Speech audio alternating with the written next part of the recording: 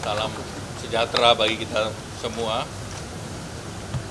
Pertama tentu tadi Bapak Presiden membahas terkait dengan apa yang terjadi di Timur Tengah, terutama yang terkait dengan Iran dan Israel.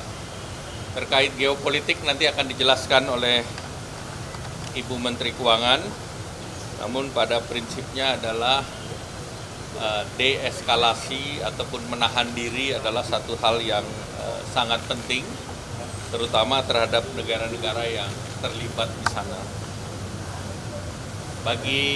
Dari sisi perekonomian, tentu kita melihat terjadi lonjakan harga minyak akibat serangan Israel ke kedutaan Iran di Damaskus dan juga terhadap retaliasi yang dilakukan oleh Iran.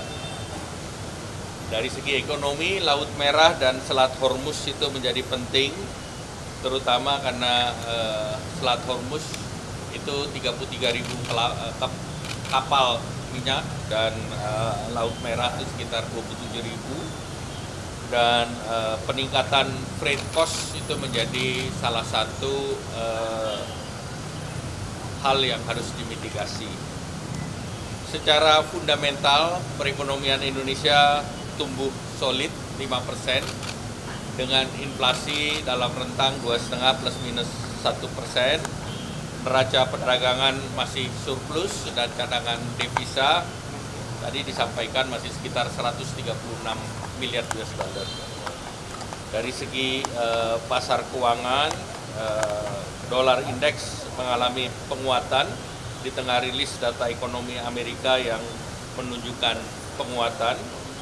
Kemudian eskalasi tentu meningkatkan ketidakpastian, dan tentu yang harus kita mitigasi adalah beralihnya aset ke safe haven, dalam hal ini US dollar, emas, nikel juga mengalami kenaikan.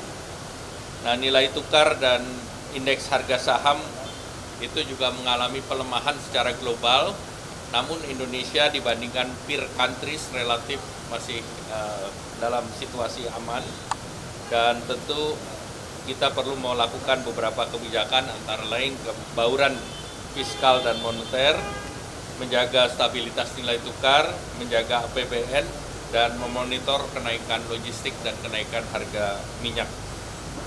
Sektor real, dampak depresiasi nilai tukar dan kenaikan ini salah satu yang dilihat, yang tentu sangat berpengaruh terhadap impor, namun tentu efek juga terhadap eksportir mendapatkan devisa lebih banyak. Tentu ini plus minusnya kita harus jaga. Tentu bagi pemerintah terus melihat reform struktural dan menjaga ekspektasi daripada investor, dan juga memperkuat daya saing dan juga untuk menarik investasi jangka panjang di Indonesia.